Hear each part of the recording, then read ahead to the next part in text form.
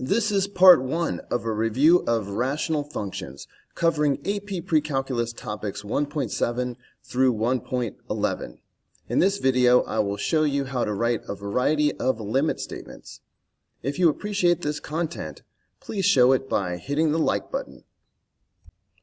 For each of the following rational functions, write limit statements to describe the left and right end behaviors.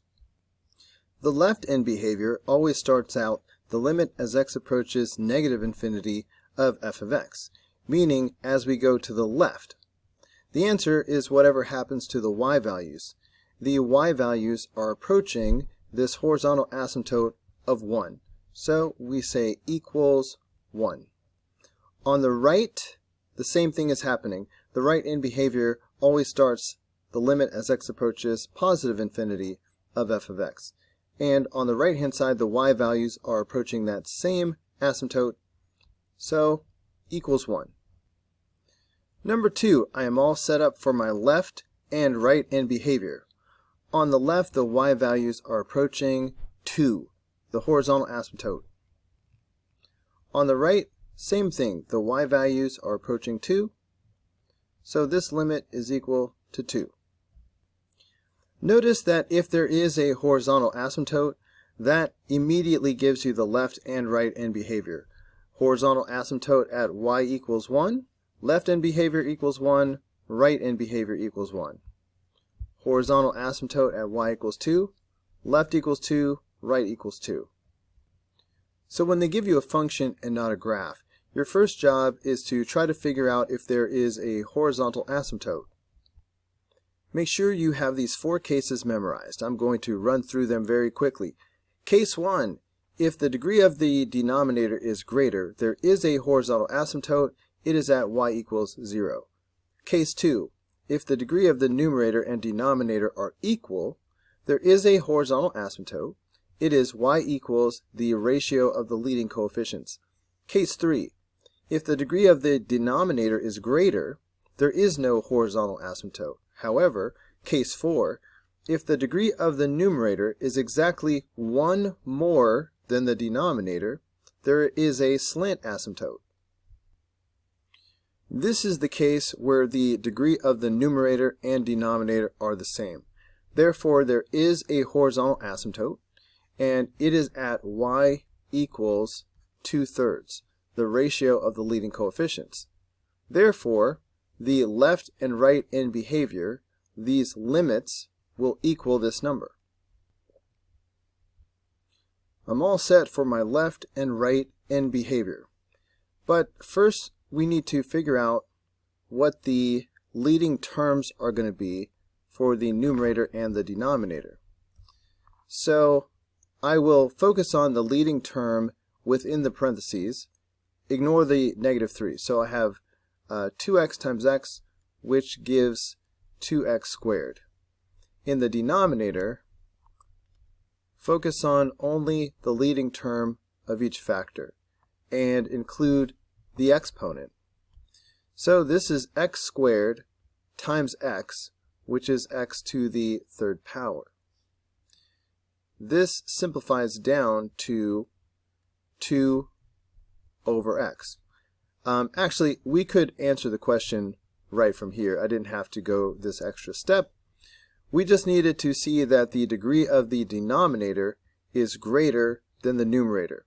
That's the case where there is a horizontal asymptote, and it is at y equals 0. When the denominator degree is greater, horizontal asymptote y equals 0. By the way, as long as I went ahead and did this step, the reason why is because as x approaches infinity, and here it simplifies down to 2 over x, well, imagine what happens to the value of this fraction as x gets bigger and bigger and bigger. The value gets closer and closer and closer to 0. Anyway, that's why the left limit will equal 0 and the right limit will equal 0, because of the horizontal asymptote. For number 5, the degree of the numerator is greater. That means there is no horizontal asymptote. So to figure out what the left and right end behavior is, we need to focus on the leading terms. So leading term, as x approaches positive or negative infinity, r of x approaches negative 2x to the fourth power over 5x squared. This simplifies down to negative 2/5 x squared. Let's do the right limit first, the right end behavior. What happens to the value of this expression as x approaches infinity? As x approaches infinity, x squared approaches infinity. But then we are multiplying this very large positive number by a negative number. So we are actually approaching negative infinity. So that's the right limit, negative infinity. The following is not proper notation. I'm putting it in a thought bubble because you should never write this down on a test. But sometimes it's helpful to think about it like this. The limit as x approaches infinity of negative 2/5 times x squared is negative 2/5 times infinity squared. I'm sort of plugging in infinity. Infinity is not a number. It can't really be plugged in. That's why this is improper notation. But you kind of get what I'm saying. So if I do infinity squared, that's still infinity. So that leaves me with negative 2/5 times positive infinity. But if you take positive infinity and multiply that by a negative number, a large positive number times a negative number is a very, very negative number. In other words, negative infinity. So that's another way to think about why the right limit is negative infinity. What about the left limit? Actually, let's go back to our thought bubble. So what would change if we make this into a negative infinity? The limit as x approaches negative infinity now. So now we're plugging in a negative infinity. What happens if you square a negative number? It becomes positive. So negative infinity squared is positive infinity, if you will. And we're right back to a negative number times infinity being negative infinity. Again, you are not allowed to write any of that on your test, but when you think about it, the left limit is negative infinity. Number 6, let's figure out what the leading terms are going to be. We focus our eyes on the leading term of each factor, including any exponents. So we are going to have, I think I'll show a couple of steps here. I have my 3, and then x squared, and then times x in the numerator. In the denominator, I'll show an extra step here. So I have 2x squared. So that's going to give us 3x to the third power over 4x squared. Again, the degree of the numerator is greater than the denominator. So there will be no horizontal asymptote. That means these limits will be some kind of infinity. I think I'm going to run to my thought bubble to figure this out. First, let's go ahead and simplify this. Notice that this simplifies to 3/4 x. Well, we don't need a thought bubble for this. This is very simple. As x approaches infinity, then this is 3/4 times infinity is still infinity. So the right limit is positive infinity. As x approaches negative infinity, well, this is going to be 3/4 times negative infinity. That's going to be very negative. That's still negative infinity. So is negative infinity. The directions are changing slightly. Write a limit statement describing the output values for the following graphs and verbal descriptions of the input values. Number 7 says the input values decrease without bound. This means the limit as x approaches negative infinity. This is the left end behavior. So as x approaches negative infinity, the y values are approaching negative infinity. They are falling. So this limit is negative infinity. By the way, notice that I always use the word is when I'm writing a limit that is infinity or negative infinity, as opposed to when the limit is a number, I say that the limit equals that number. So we use equal sign for a number and the word is for infinity. Number 8 says the input values increase without bound. That's the limit as x approaches positive infinity. This is the right end behavior. So as x approaches positive infinity, the y values are approaching this horizontal asymptote. So the limit is equal to 1. The graphs of h and k are given below. Use the graphs to find the following limits. Number 9. This notation means the limit as x approaches 2 from the left. The little negative superscript means from the left. So the limit as x approaches 2 from the left of h of x equals what? So here is 2. It's a vertical asymptote. So as we approach the vertical asymptote from the left, what happens to the y values? The y values are approaching negative infinity. Notice that these limits are always about y values. What are the y values doing? So since the y values are approaching negative infinity, we say the limit is negative infinity. Number 10 says the limit as x approaches 2 from the right of h of x. So again, we are approaching this vertical asymptote at 2, but this time from the right. So ask yourself what the y values are doing as we approach 2 from the right. The y values are approaching positive infinity. So that's the limit. Number 11, the limit as x approaches 3 from the left of h of x. So here's 3, there's a hole there. So we are approaching this hole from the left. What are the y values approaching as we approach the hole from the left? Well, the y values are approaching the y value of the hole, which is 3. So this limit is 3. Number 12, what's the limit as x approaches 3 from the right of h of x? Again, we are approaching the hole, this time from the right, and the y values, again, are just approaching the y value of the hole. So again, the limit will be 3. Jumping over to k of x. Number 13, the limit as x approaches 5 from the left of k of x. At 5, we see a hole again. So we are approaching this hole from the left, and the y values will just be approaching the y value of this hole, which is negative 2. So that's the limit. Number 14, the limit as x approaches 3 from the right of k of x. At 3, we see a vertical asymptote.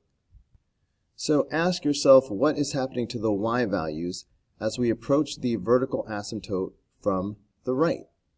The y values are approaching infinity. So that is the limit. Number 15, the limit as x approaches negative infinity of k of x. So we are approaching negative infinity. That means we are going to the left forever. So what happens to the y values as we travel to the left? The y values are approaching positive infinity. On the left, the function is rising into the sky. So this limit is positive infinity. Number 16, the limit as x approaches positive infinity of h of x. So what happens to the y values as the x values increase without bound? So as we slide to the right, what are the y values doing? The y values are approaching negative infinity. So that's the limit. For each of the following, write the left and right limit statements for f of x as x approaches 1. Before we do these next problems, I want to point out a pattern that we can observe. If x is approaching a vertical asymptote, the limit will either be positive infinity or negative infinity. For example, remember when we found the limit as x approaches 2 from the left and from the right. There was a vertical asymptote at 2. As we approach from the left, the y values approach negative infinity. As we approach from the right, the y values approach positive infinity.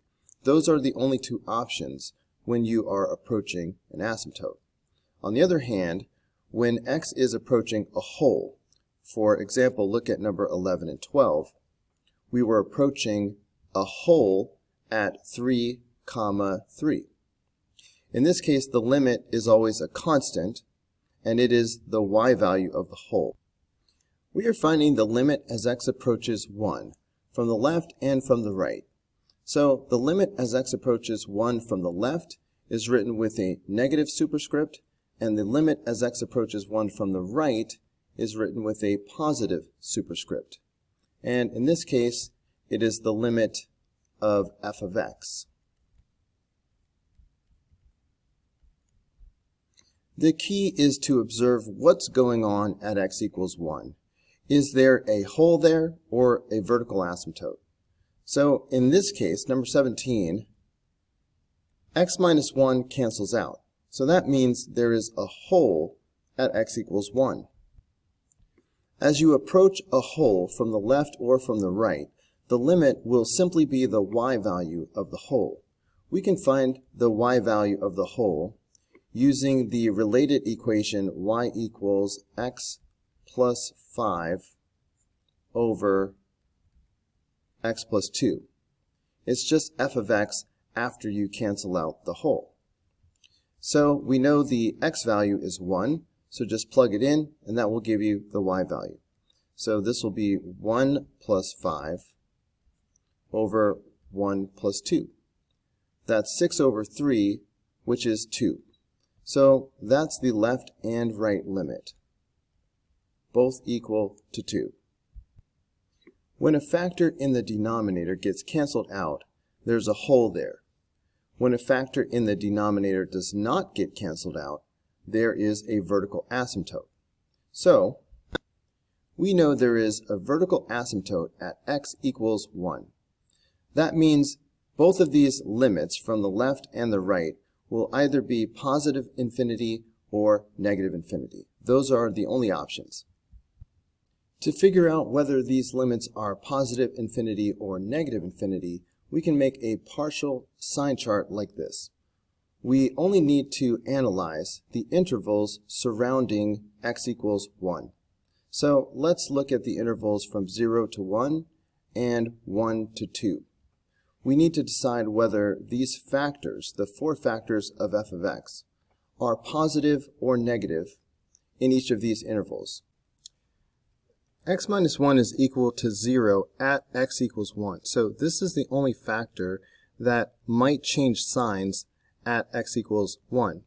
In fact, this factor will be negative on the left and positive on the right. All of the other factors will not change signs. So this will either be positive positive or negative negative. To figure out which it is, you can just plug in the 1 and see if it's positive or negative. So if we substitute in 1 right here, that's 1 minus 2, that's a negative. If we substitute 1 right here, that's 1 minus 4, that's a negative. Substituting 1 right here, that's 1 plus 2, that's a positive. For the overall sign of f of x, just count the negatives. We have an odd number of negatives, so f of x will be negative in this interval. The even number of negatives here means that f of x will be positive in this interval. So this top row is telling us that the limit as x approaches 1 from the left of f of x is negative infinity, and the limit as x approaches 1 from the right of f of x is positive infinity. Number 19, what is going on at x equals 1? we see the x minus 1 squared in the denominator. This doesn't cancel out with anything, so this is a vertical asymptote. As we approach a vertical asymptote from the left or from the right, the limit will either be positive infinity or negative infinity. So to figure out which it is, we can do a partial sign chart just like last time. So we have a row for every factor. Let's go ahead and include the negative 2, and we have this x plus 3, x plus 1, and x minus 1 squared. Include that exponent. The x minus 1 squared is equal to 0 at x equals 1. This is the only factor that had a chance of changing signs at x equals 1. But this one doesn't actually change signs either. Because it's being squared, it will always be positive in both intervals. Negative 2, a constant, is always going to be negative. For the other two, we can again just substitute 1 for x. So the x plus 3 is positive in both intervals, and substituting 1 right here, x plus 1 is positive in both intervals. So the overall sign of f of x will be negative in both intervals because of the odd number of negative signs. That means that the limit as x approaches 1 from the left and from the right is negative infinity in both cases.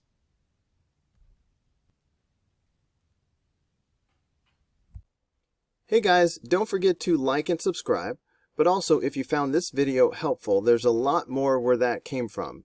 You can click the upper link, which will take you to the whole unit playlist, or you can click the lower link, which will take you to the next video in the playlist. See you there.